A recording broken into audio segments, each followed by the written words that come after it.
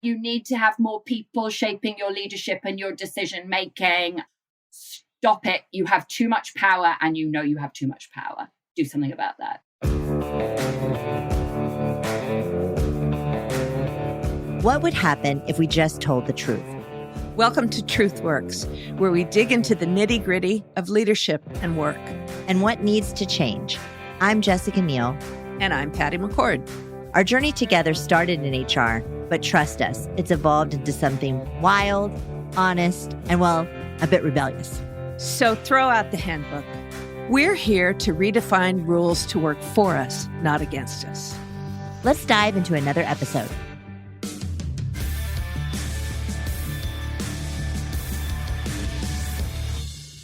Today we have Alison Taylor, and I'm going to have her introduce herself. But before I do, I want to tell you that I did some research on her, and I realized that we're talking to a woman who's an ethics rebel. If you can even imagine that being like a term, I just made it up, so that's who she is. So Alison, tell us a little bit about you and what you're up to, and nice to meet you and welcome. It's lovely to meet you. I'm super delighted to be here. My name's Alison Taylor. I am a clinical professor at NYU Stern. I teach required classes on ethics. And as you've already indicated, I try not to teach them in the usual way. I teach classes on sustainability. I'm not really an academic, though. I've only been teaching really since the pandemic. Before that, I was a consultant in various aspects of responsible business for longer than I care to admit. And then I've just written and published my first book, which is called Higher Ground, How Business Can Do the Right Thing in a Turbulent World. And that came out in February. Yay! Well, congrats on the book. It's so exciting. Thank you. I'm just kind of curious, what led you down this path of responsible business and ethics, and how did you get there? That's a story that could be very, very, very long. But I think that the short answer is I didn't know what I wanted to do. I job hopped a lot in my 20s. I did mainstream management consulting and I did editing work. And then I started working in political risk. And then from there, kind of by accident, I got a job in a profession called corporate investigations. So I was like a private investigator for big companies. I worked, first of all, in the Middle East and Africa, and then in the Americas, in what we used to call back in the day, high-risk emerging markets.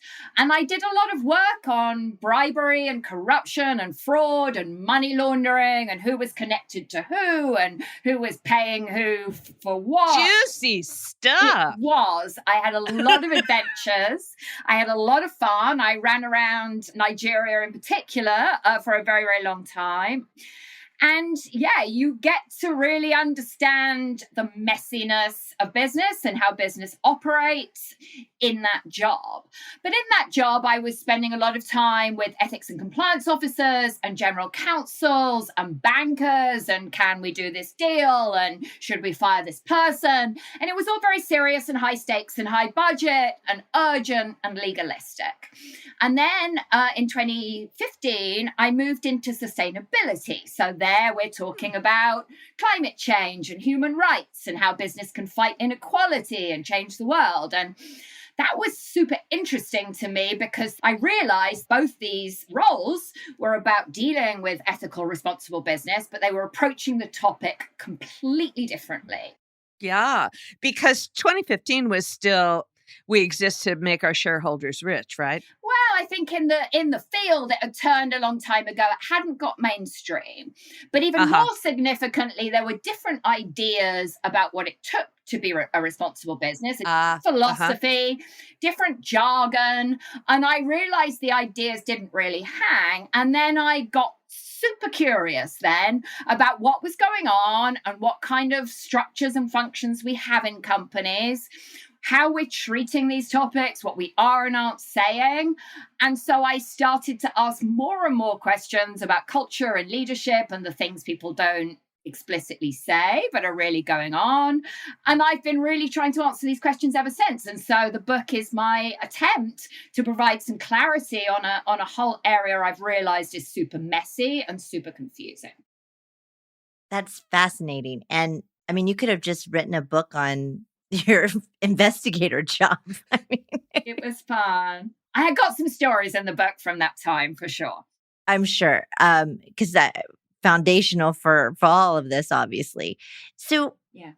in the messiness and, as you said, complex world of business, I think that there's this like tune today with maybe especially the younger generation that business is bad and capitalism is bad, and if you're making profit, you can't be ethical, right?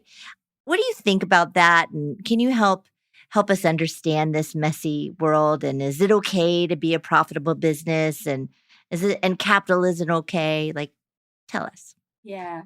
So your question's perfect, right? Because we have got into this super binary, super polarized conversation where you've got one set of voices saying, get rid of the woke nonsense, let's go back to shareholder value, business has got way out of its lane, just kind of stick to your knitting.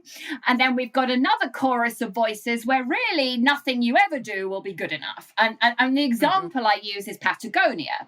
As you know, Patagonia famously gave over ownership of their business to charity. And people were like, that's great for about 5 minutes. And then about 8 hours in, people started saying, well, they still use a lot of plastic and they haven't given employees ownership and this is just tax avoidance. And I realized that there is nothing you can do that will silence these critics. And this is kind of interesting in itself, right? Because we personify companies. We talk about them as if they're people. We talk about Pepsi versus Coke and Apple versus Microsoft. We talk about what businesses think and do and intend as if they're people with a single brain. But of course, they're not. They're systems in which real people are arguing and competing for power and resources and ideas and strategy and mission. And so even our metaphors are super wrong. Right. And then we seem to have got into this weird, is it a good company or bad company discourse, which I think puts leaders in an impossible position. And then I think the expectations are completely unrealistic. So it's really, really hard, even with the best will in the world, and people generally do not believe leaders have the best will in the world. But even if you did, it would be really hard, I think, to navigate a path through this chaos. Jessica and I both came up through business in the Silicon Valley, and that personification of the leader as the company is ages old out here, right? I mean, I was just thinking as you were talking about Elon, right? I happen to have done some work or talked to the woman who runs SpaceX. And she's amazing, right? And she runs SpaceX. I mean, but it's now associated with his personality and his foibles and not about, even the mission of what they're trying to do. I think that's really interesting. The other thing that I thought was interesting that I'd like you to talk about is before we got here, I think there was this half step or a couple of half steps that were, well, if we're just transparent about our metrics, then we can prove we're doing the right thing. Like, let's give us our D&I metrics, right? And we'll publish them. And if we move the metrics a smidge, we're on the right path. Yeah. Jessica and I have had a couple of podcasts where we've talked to people about, measuring it doesn't change it. It just exposes. Yes. So there's so much going on here. Yes, we've started to treat disclosure as a substitute for action. If you go back to a big carbon disclosure organization, the CDP, founded in 2000, and if you look at their founding documents, they're like, we've got all these investors and we're going to get disclosure on climate and then we're going to solve the climate crisis. And it's kind of like it's 24 years later and we're still arguing about what companies need to disclose. And we've come to treat, I think, transparency as a panacea for everything. But I don't think it's super surprising that which the ESG discourse does say. I don't think it's super surprising that if you say to companies, you need to disclose all these metrics and we're going to score you and rate you and allocate capital on the basis of that, I don't think it's surprising that what we end up with is spin and companies trying to portray what they're doing in the best light possible. I mean, what would you do? So people are, I think, disappointed by this. But again, it's a sort of overestimation of the role of the receiver of information, and then a kind of, I think, very often self-interested belief that we can treat disclosure and transparency as a substitute for meaningful action, which we clearly can't. Mm-hmm. Well, I mean, it's so interesting because, I mean, with all of these things, when you get into the transparency and disclosure or regulation, whatever it is, I think it's all well intended, right? Because, people are like, okay, we want to make the world better. We want to make the world more clean, whatever it is. But then you put a bunch of like policy and rules and around it. And then to your point, companies, not to say they spend, but they adhere to those things, and it doesn't change anything. It doesn't solve the problem. Yeah, and I think what you said too, related to this question, Jessica, is the idea of systems. Yeah. Right. And we do this focus on the top, and then, it's all these external things that have nothing to do with the deep complexity that is running businesses. And so we don't, like as an audience, realize that it's trade-offs. Yeah. And no one wants to admit that it's trade-offs because, since the whole kind of notion of stakeholder capitalism became fashionable, everyone powerful out there until the backlash has been sort of saying, well, it's all a win-win and you just create value for stakeholders and you'll have reputational upside and that will drive value. And why would anyone possibly argue with any of this? And if it were that easy, I think everyone would be doing it. As you quite rightly point out, it is all about trade-offs. Not everything is a win-win. Not everything is doing well by doing good. And we've kind of, I think, encouraged people to peddle this mythical nonsense. It's not convincing, so it makes the skeptics double down. Right. And now, quite clearly, we're in a much more uncomfortable era. So I tend to think the world's ready. I certainly think business leaders are ready to hear, let's be a little bit more focused and restrained and realistic about the problems we ask business to solve. But it's interesting how few people out there are actually even saying that. It feels like there's just a chorus of voices yelling and very, very hard to get nuance through the noise. And in fact, it often feels as if you try and be nuanced or take a middle ground position, that makes people angrier than anything else. Mm-hmm. Yeah.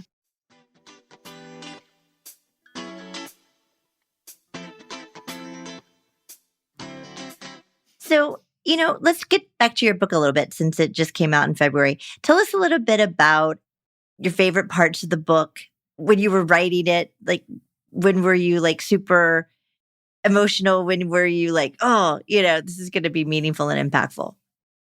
Oh, God. Well, I don't know. I mean, I guess you'll know. I found the whole writing process really an emotional roller coaster. It's obviously very isolating. You can think something's brilliant at 11 a.m. and then by 6 p.m. you're in despair. And why did you waste the whole day? So I don't know that this was a euphoric process for me. And I've tried to cover a lot of ground. I've tried to bring a lot of big ideas together, but also to be really practical. Mm-hmm. And obviously, as I've explained, I've spent a lot of time deeply in the worlds of ethics and compliance and sustainability and organizational culture, all of which have their own fields, conferences, jargon, terms, etc. So what I've tried to do is get the conversation kind of up to a higher level and to describe the problem and the solution in a way that somebody that is not neck deep in this stuff could take something away from. And what's been super interesting, I think, is that the people that have read it, that have not spent decades in responsible business, tend to come to me and say, but your argument's so obvious. Why wouldn't business do that? Why wouldn't business treat human beings with dignity and respect? But when I make these arguments to people who are experts in this area, they tend to be like, whoa, what a radical argument. So I feel like that in itself is evidence that we've completely lost sight of the point. Yeah, well, Jessica and I get the same response to almost everything that we say too, Oh, right? Because Logic is like transparency, right? We all think we're going to do it, but we don't Yeah. actually pull it off. It's like, does that make any sense? No. Okay, well then how about if we don't do that thing that doesn't make any sense? But Don't do it anymore. Such a sense that we've been doing the same thing over and over again and expecting a different result, whether it's maddening. ESG or leadership or any of these Maddening. topics. Right? So in terms of like case studies, because I always learn through examples, and I know you've got great examples in we the love book. stories too. But tell us a few stories, because I think I heard you in one of your interviews too, like using Starbucks as an example, and you talked about Patagonia. But who's navigating this well and who's not?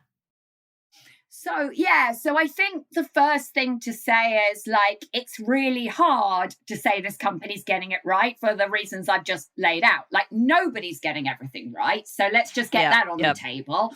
I could give you a load of examples and you could find flaws and you could find issues because these are human beings trying to run social systems in a very turbulent world where we don't have consistent expectations and it's tough.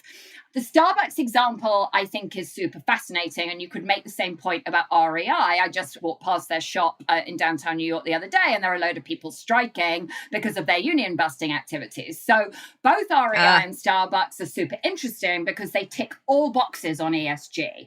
They are sustainability leaders. Starbucks, even on labor rights, so even on diversity and employee benefits and wages, is doing a way better job than anyone else in its sector. And yet its reputation is in the tank because of its union busting efforts. So I think that's a super interesting illustration of how you can't treat these topics as tick box, and that your reputation and your reputational risk has this sort of funhouse mirror dimension where companies can do the same thing and face wildly different reactions. It's really risky out there. And so it's really, really, really a bad idea to base your governance and base your strategic decisions on who's yelling at you on social media. I also think that because of all this shared value win-win rhetoric, it's lured leaders, many of whom are very egotistical, into this sort of idea, we're the new statesmen, we're the new ethical leaders, we can solve societal crises. They're all out there at Davos making these promises.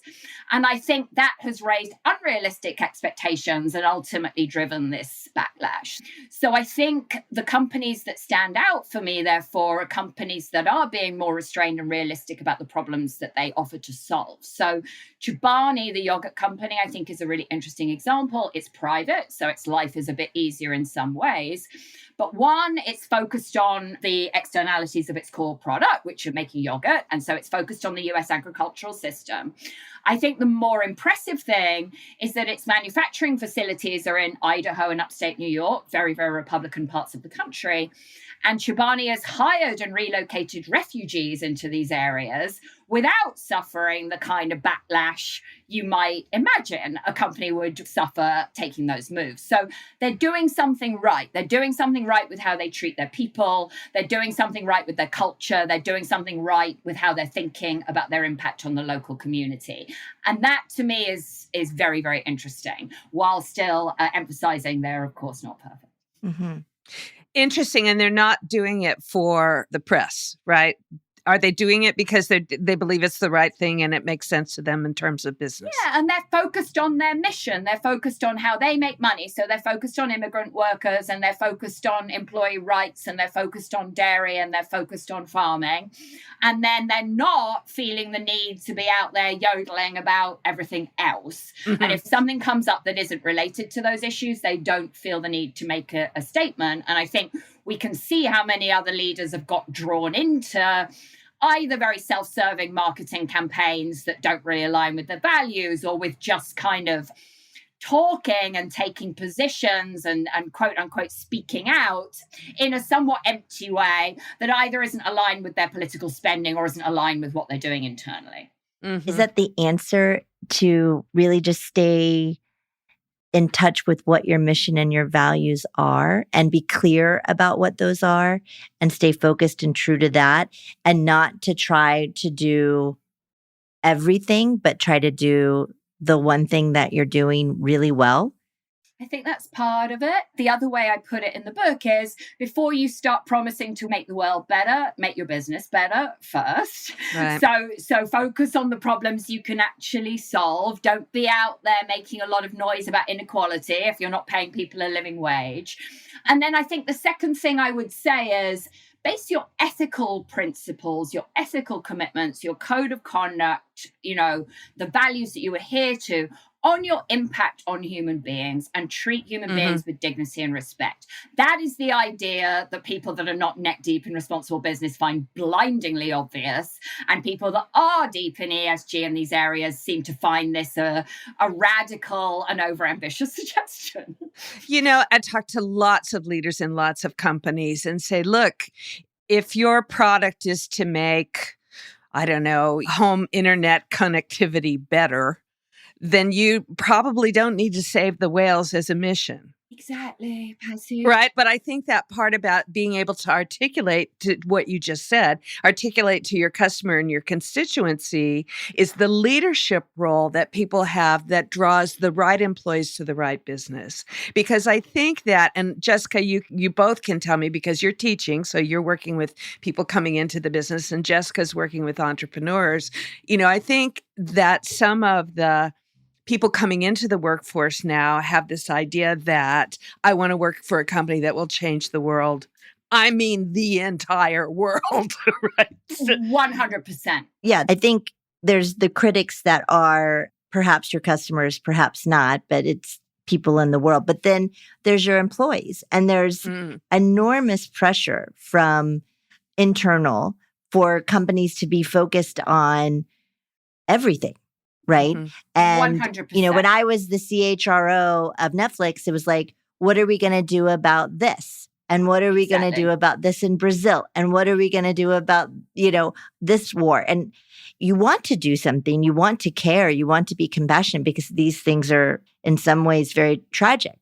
But as a company, it's really hard to figure out that line. Right. And what are you going to deliver for your employees and what are you not? And so I think this is huge. And I'm sure you hear and see the same thing in the classroom that I do. So I think the first thing to say, right, is if you're under about 26 or 7 and you have a degree, you don't remember corporate culture before the pandemic. So we are, to a very meaningful extent, reshaping organizations in real time. Or shaping them. We're not even reshaping them, right? Well, we're just kind of stumbling into chaos. That's such a wonderful observation, though. I think it's really critical. Like, they don't know we're changing it. They don't know what it was. Exactly. It's such an obvious observation, but weirdly, no one talks about it. At the same time, there was all this rhetoric around 2018 and 19 as well. Stakeholders, we've got values beyond shareholder value. So unsurprisingly, once you've said that, you've opened up the Overton window and your employees are like, well, you said you had values, so I would like to have a role in shaping those values, and that's fine. I think something else that's going on here that I explore a lot in my book is I think this is a lot of political frustration and lack of agency. So what I hear is I could stand in line and vote once every 4 years. What's the point? It's a gerrymandered system. Who cares about these old guys anyway? Or I could pressure a company. I could pressure a brand. I could go and get a job. I could push the leadership, and they're more likely to respond and they're more likely to solve my problems than politicians are. So it's almost like we've got to this point of saying stakeholders and employees in particular, who I fully agree are the most powerful stakeholders now, are like the electorate, and leaders are like politicians, and employees think if we organize ourselves and push, we will be able to get something done. And I think the other thing that's happened, right, is that these young people are far more inclined to undercut the corporate message. So strategic leaking is the new whistleblowing. Every time a leader's out there saying some guff about how they believe in DEI, a young employee will come up and leak something or disclose something saying, I know they said that they mean that, they don't really mean that. And so it's become much harder, I think, to control the narrative and control what you're saying and to put a boundary around what you will and won't get involved in. Absolutely. And their voices are public. It's not the Sally Field Norma Ray where they meet in secret at somebody's house. Confidentiality is dead. Yeah, because they're meeting online, having these conversations for everybody to join. Yeah, and having had to be in the position of navigating these things, it's a tremendous amount of pressure, right? And we spent a lot of time talking about how to navigate this at Netflix, and we're mostly thoughtful about it. We made some mistakes, but we learned from those. But I think a lot of organizations and leaders that I'm around kind of do the opposite. It's like they just are so fearful, right? So now, with information, they don't want to share as much because it's going to leak. And so then that agency that these employees want dwindles more. And then leaders are just more operating within fear of what they can say, that they have to be politically correct all the time. And then they're like, I don't want to get up in front of the company because I know I'm not going to, I'm not going to please everyone, and I'm going to say something that I shouldn't say, and somebody's not going to be happy. And so I think that that's a bad place to be too. So what do you tell these companies, and what do you tell these leaders that you work with? So I think that's right? And I think the average CEO's got the head of corporate affairs or PR in one ear and the head of legal in the other. And you end up with this very sort of defensive sounding fake statements. It reminds me of the university president's testimony after October 7th. That was clearly a sort of legalistic PR paranoid attitude, and it comes off as really inauthentic. So I think we need to get away from that. I don't think these functions are the best people to be around the CEO. I mean, I think it would be helpful if more leaders exercised a bit of humility. When was the last time you heard a corporate leader say, I don't know, it's complicated, we're going to experiment for a little while? I mean, I think human rights can provide a lot of guidance. I think you need to proceed with the understanding that your employees have a right to a personal life and have a right to believe whatever they like, and you do not have the right to impose your views on other people. At the same time, there is an expectation that you will certainly at least defend people on the basis of their social identity, their gender, their race, their sexuality, who they are. And so you need to be much more thoughtful about culture. And again, I'm kind of back to what is your actual impact on human beings? And maybe you can use that as somewhat of a North Star. I would say, though, we were talking about Chobani. I mean, Netflix is a tough one, right? Because it's culture. So how you say at Netflix, this issue has nothing to do with me, I can imagine that is deeply challenging. But this is before we even consider the various cultural norms and contexts globally and what you put there. So kudos to you for doing that job.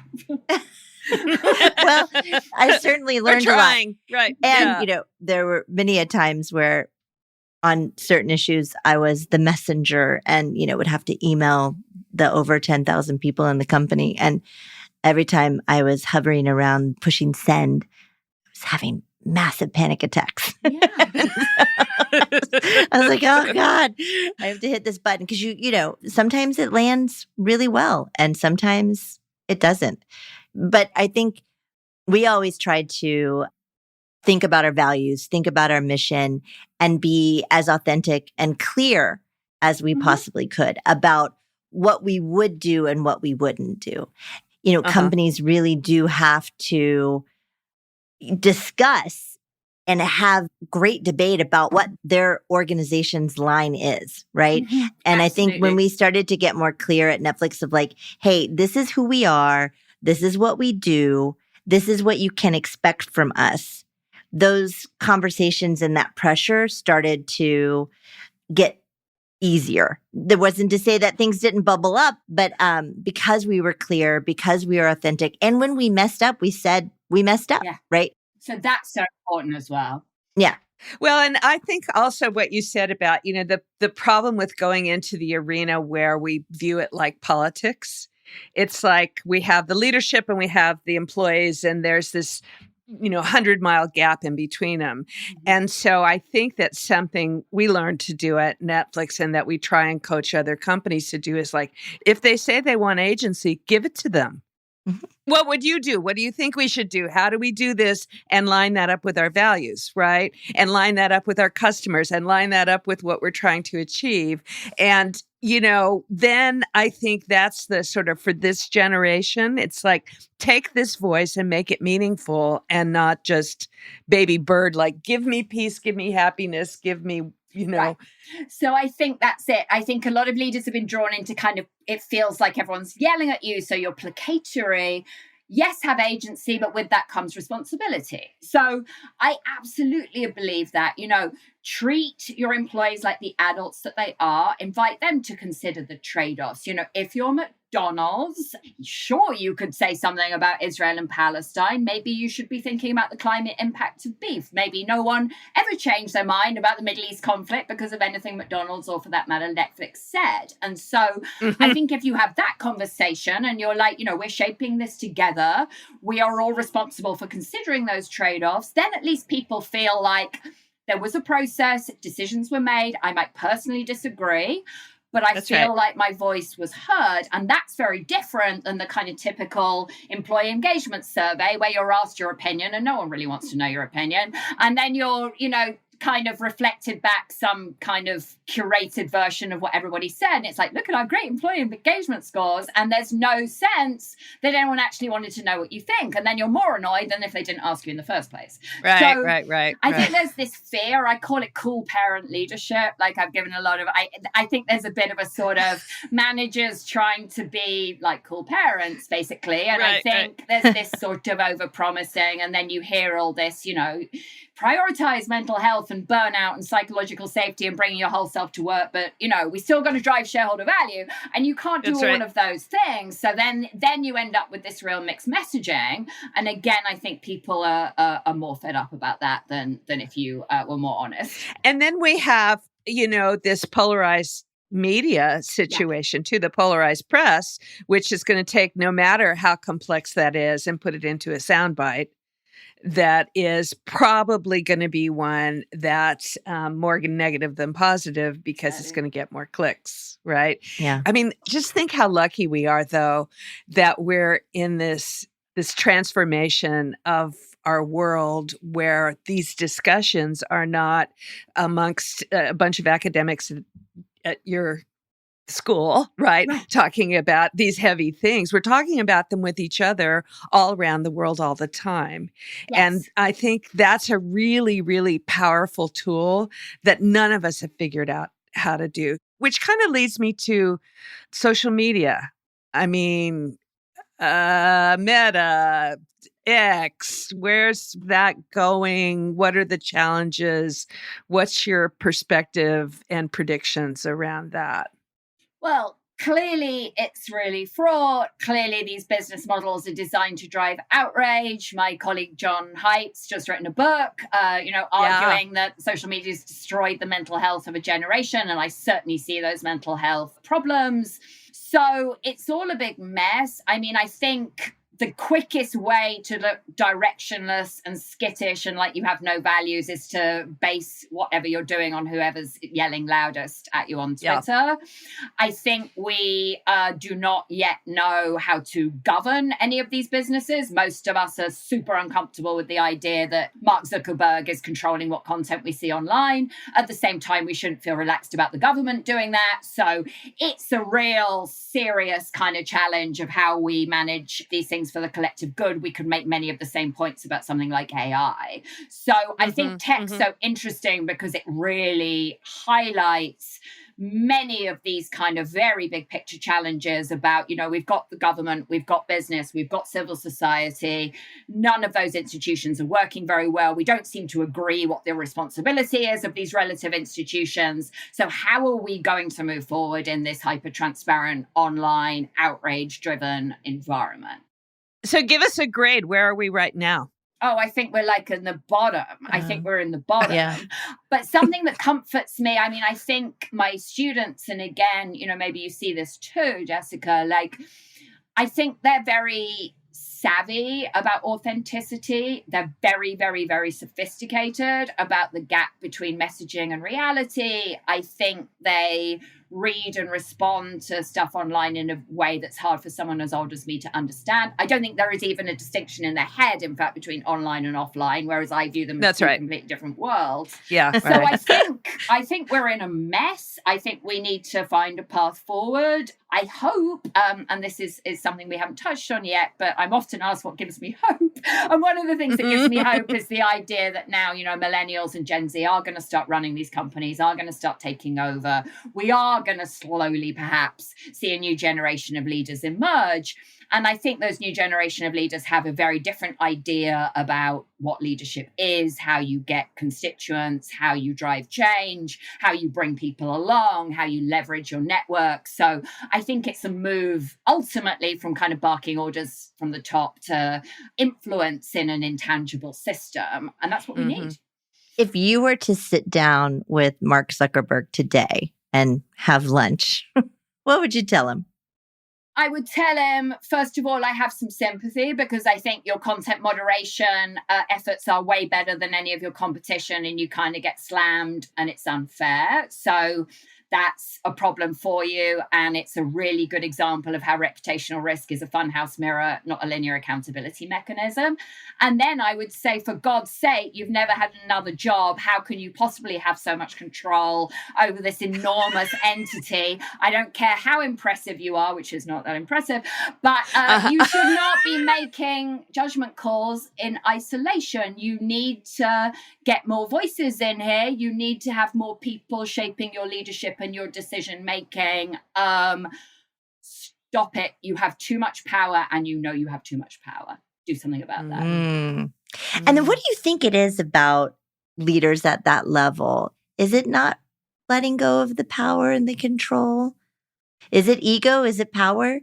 I think it's something to do with the kind of behavior we reward, right? So, I think in a lot of places, being manipulative and political and overtly self-interested and frankly a bullshitter are the way you get power. So we have incentivized a certain sort of behavior, and then we're super surprised that the people at the top behave that way. So I think that's part of the problem. We still valorize big egos. We're in a very fraught era. We want someone that seems to have the answer. It's become almost unacceptable to say, I don't know.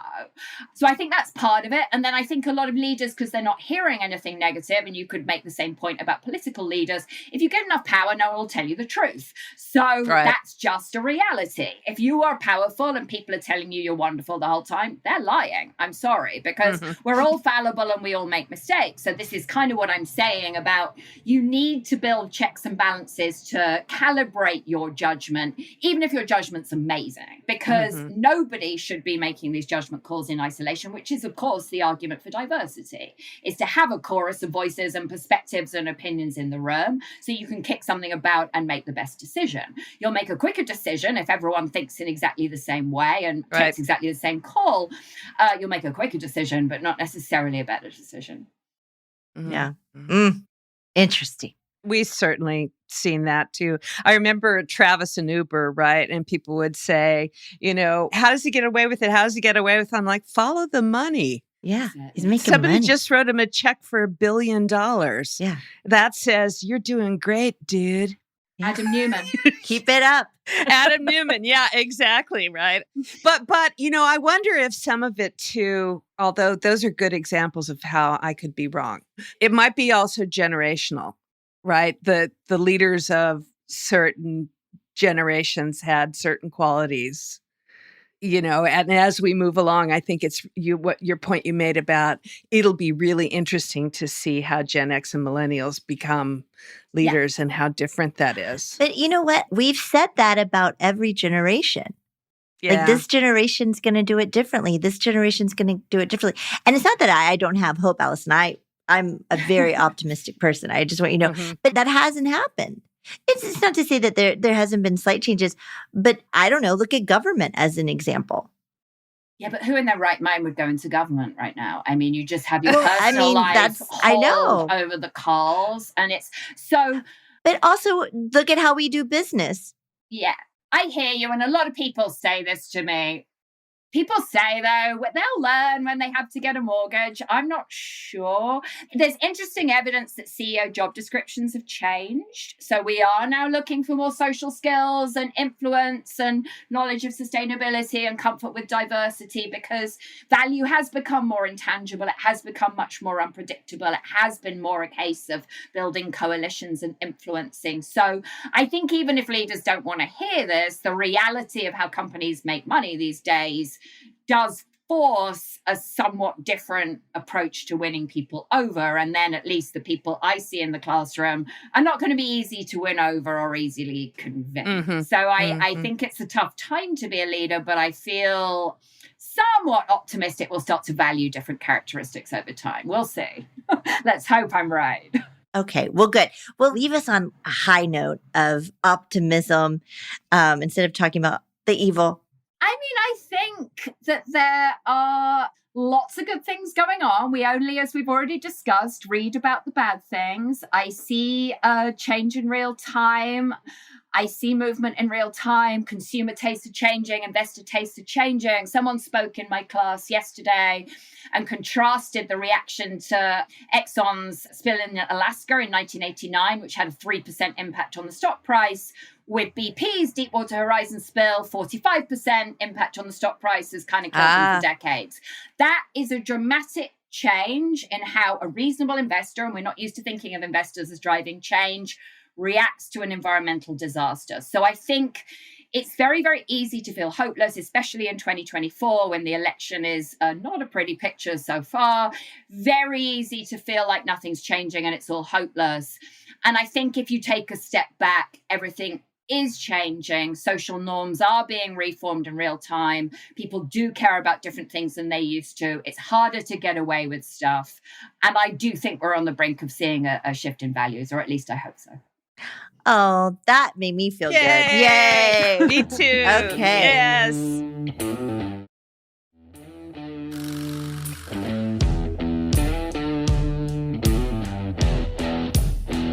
Here it is. Career confessions.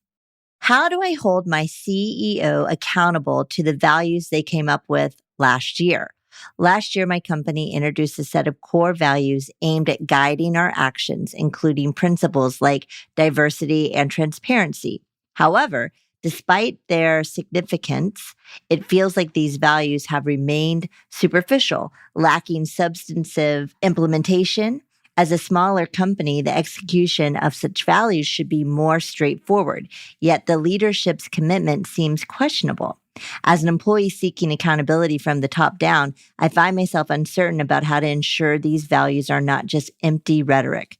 Any advice on how to approach my boss and create some action around these values?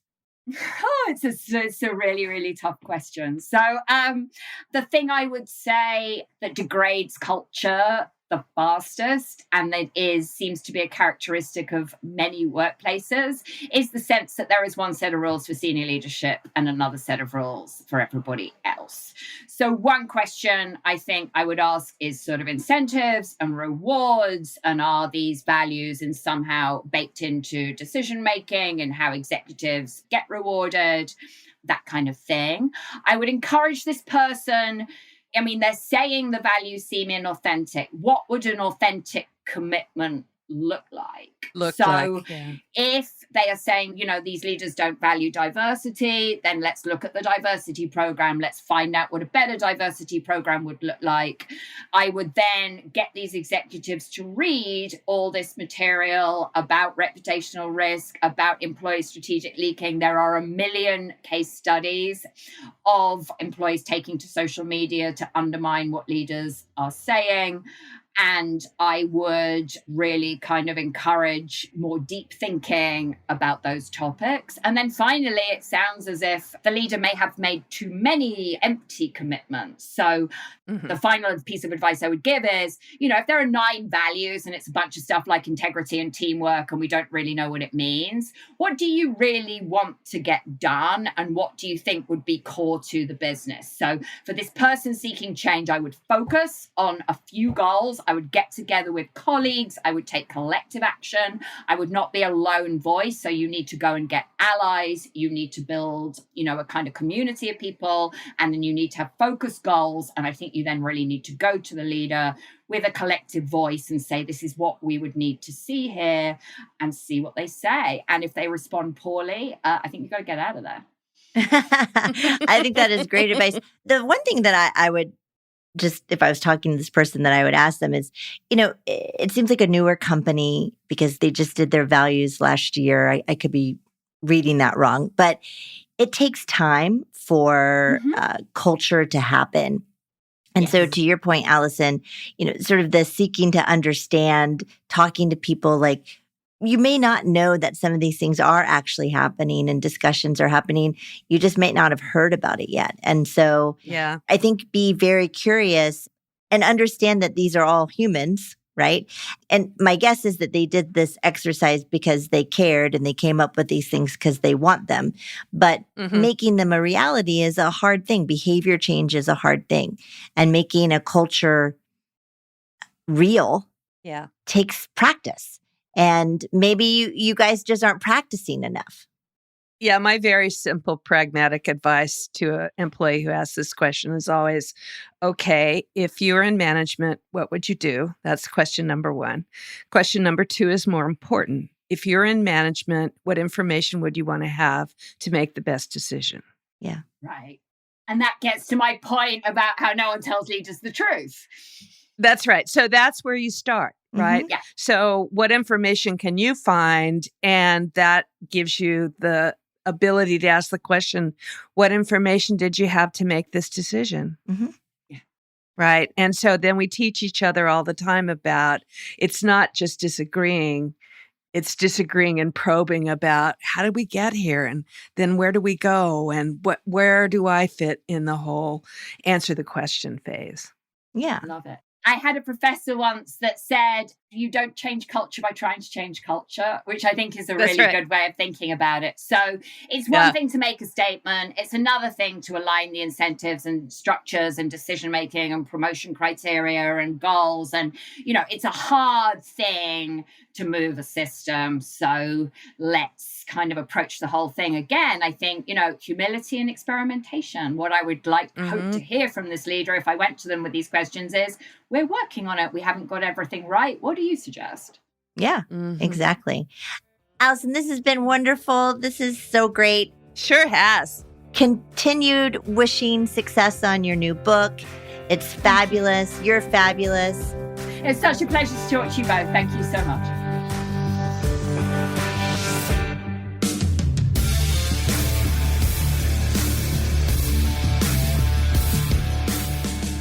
Thanks for listening to TruthWorks. This episode was produced and edited by Megan Hayward and Mick Finnegan. Thank you, Kathleen Speckert and the whole Edit Audio team.